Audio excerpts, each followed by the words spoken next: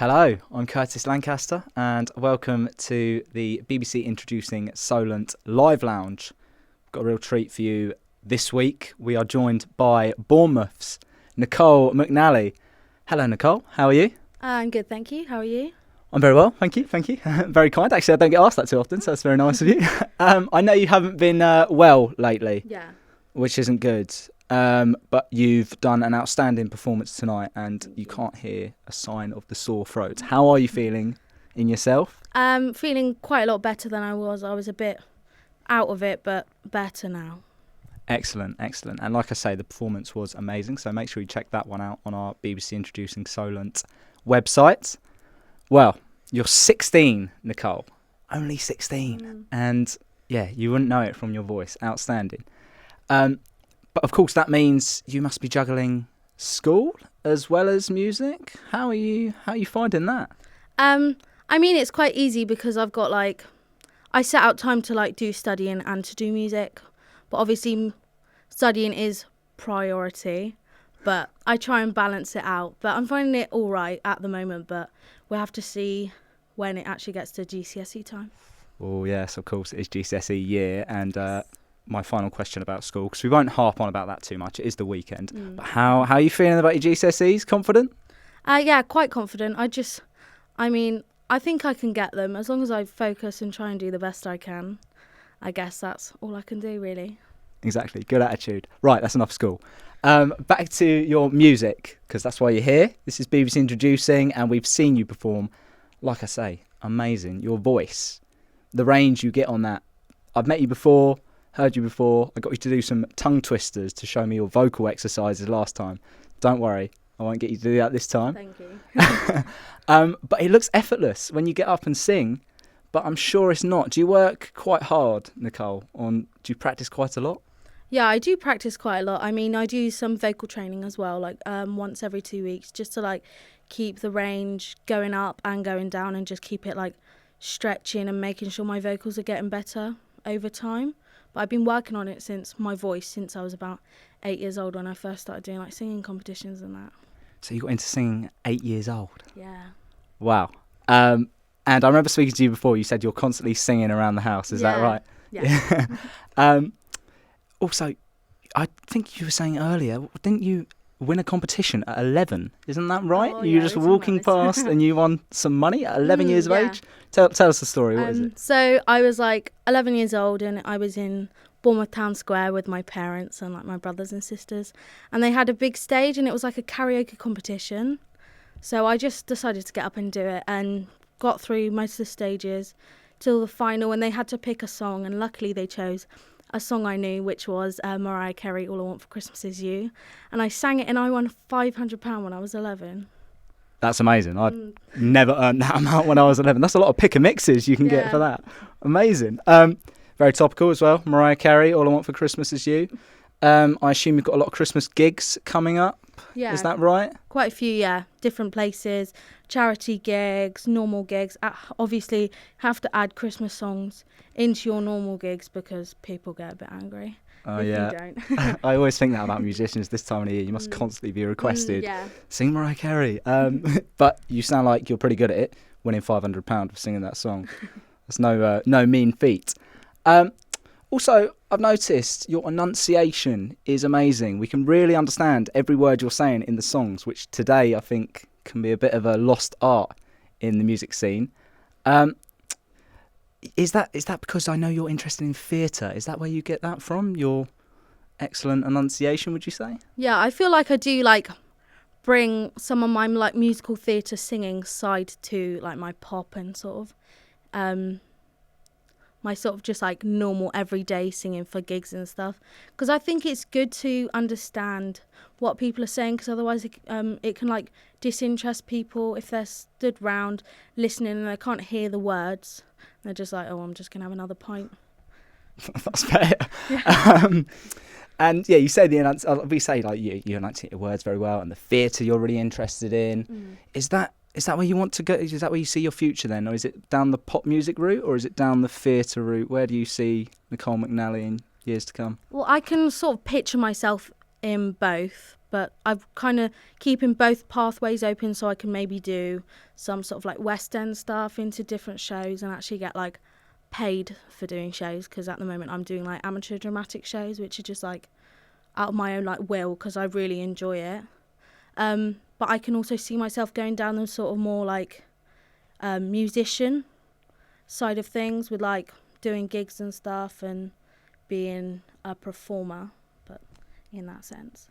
Excellent. And you are quite the performer. I said earlier to you, it takes a lot of confidence to stand up and just perform with a guitar, let alone just stand up and perform with a ukulele. Is that really the only instrument you go for now, the ukulele? Is that your own sort of style, would you say? Well, I like doing the ukulele because not as many people do it, because there's a lot of girls with guitars and a lot of them can sound quite similar because of it's the same instrument, same song, same style. But I'm looking into maybe learning the guitar because just another thing I can add to my plate. That's good. You've got to add to your repertoire. I think that would be handy. But no, awesome that you're trying to stand out there. So you're into the theatre. You're a performer, as we've seen. You're a musician. You're also a bit of an artist, I can see. Yeah. You've got your CD here. Yeah, I've got Don't know if we can see that on the camera, but Nicole has done all the artwork herself there. And on the back. It's just something simple. I thought it'd be quite nice to have something just like quite plain with like a little pop of colour rather than just some random like word font from online. So No, it looks good. Added a bit of like individuality. No, it looks really good. And can people buy that from you? Yeah, people can buy it at gigs and things I do for only £4, £1 a track. All original artwork, and it's a printed disc as well. Wow, there we go. It's a very old school approach to selling your music, but I like it. And you're looking at getting your songs on iTunes next year, is that right? Yeah, probably around next year when I'm happy with all of them and ready to like record them really nicely and put something out that's good quality. Now you say this, I mean, having heard them earlier, we're going to talk about your songs now. They are good quality to me. They sound good. I've been humming along to most of them at home myself. I want to talk to you about songwriting though, because I think that's quite important. You've written all the songs yourself, which you've done today, obviously. Obviously, I can tell where Breathe is relating to, I guess, Bournemouth, is that right? Yeah. And I can imagine listening to that sitting on the beach or something, is that right? Yeah.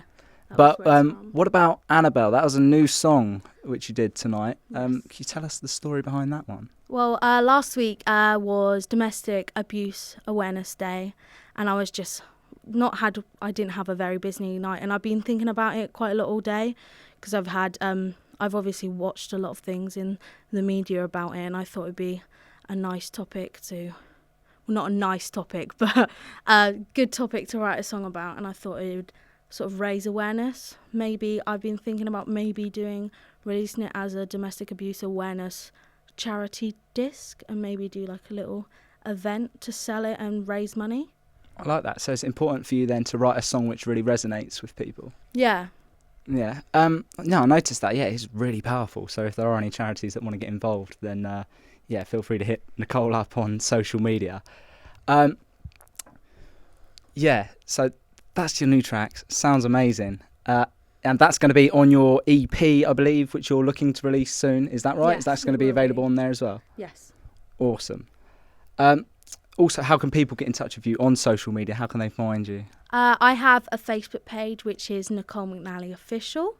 And that has all the details for my like gigs, what's coming up, what I've done in the past, how I'm doing. If anyone needs to contact for gigs or anything, just message on there. And it's very fast replies. You say about gigs, I mean, you're only 16 and you were saying it can be a bit difficult to perform and things like that. And there's a lot of, I guess, loopholes being 16 and trying to perform in these places. Yeah. How have you found that, being 16 and trying to break it into the music industry? I think with like pubs and bars and that, it can be, it's a lot of stigma having like someone younger than 18 in there doing like performing for the bars because they think maybe they're a bit immature, maybe they're going to be there on their own. But my parents always come with me to support and sort of watch over just in case anything happens. You do have a very supportive family. I've noticed that they've come along tonight and they've been at previous gigs when I've seen you perform. they've always been there. So that's always good. Do you think that's important for musicians to have that support behind them? Yeah, I think it's really, really important for musicians to not only have like a fan base support, but like family support, because it can be quite hard sometimes if things aren't going well with it and you're not getting bookings and that, and some people can be a bit judgmental if they don't like your style. And it's good to have people that you know are gonna support you and try and do the best for you all the time. Awesome. Now, I hate to go on about the fact that you are quite young, but do you find that sometimes it can be you're not taken very seriously as an artist because you are only so young? Like, is your songwriting, so you're trying to get quite a powerful message across with Annabelle. Do you feel like sometimes it's not taken as seriously because you're so young? Yeah, definitely. I feel like people have this thing about young people, like all of us are like thugs and everyone wants to rebel against everyone, but I just sort of think it's good to have a wide range of people of different ages in the music industry so you can get a taste and flavour off of everyone. Awesome. And Nicole, bit of a cheesy question and a bit of a generic question, but what does music really mean to you? Well, music means like everything to me because I've been doing it so long. I couldn't imagine my life without music. It's changed my life in so many different ways and set me down some really good paths and given me so many amazing opportunities. Awesome. If you want to find Nicole, find out a bit more about her. Thank you very much for coming in, by the way, Thank you. Nicole. Thanks And your for having me. performances are amazing. If you want to find out a bit more, then do check out Nicole on Facebook. You can Google Nicole McNally Music, and I'm sure you will find her there. Make sure you check her out, listen to her songs, and support the music on BBC Introducing Solent.